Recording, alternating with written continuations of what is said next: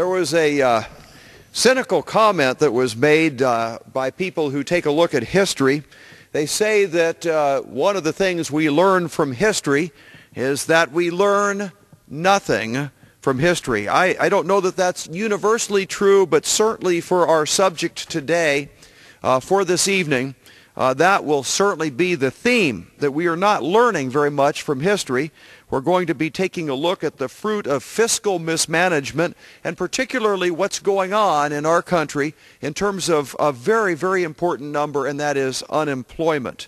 The unemployment numbers have continued to rise in spite of all kinds of assurances that by spending tons and tons of money that we can turn those numbers around.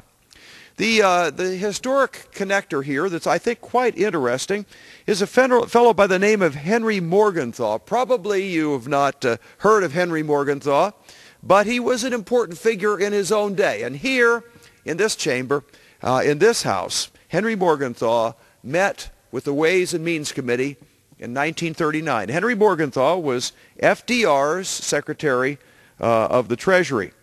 And he had had 8 years working on a theory that's known as Keynesian economics. He was one of the main architects of Keynesian economics. And the idea was that what the government needs to do is to stimulate the economy. You've heard that phrase over and over, stimulate the economy. And the purpose of stimulating the economy is, of course, to create more jobs. That's a little bit like grabbing your straps on your boot, lifting up and trying to fly around the room. It doesn't work. And after 8 years of failed experience, these were the words, the very quote of Henry Morgenthau here in this building before the Ways and Means Committee. He says, "We have tried spending money. We're spending more than we have ever spent before, and it does not work." His words are echoing down through history.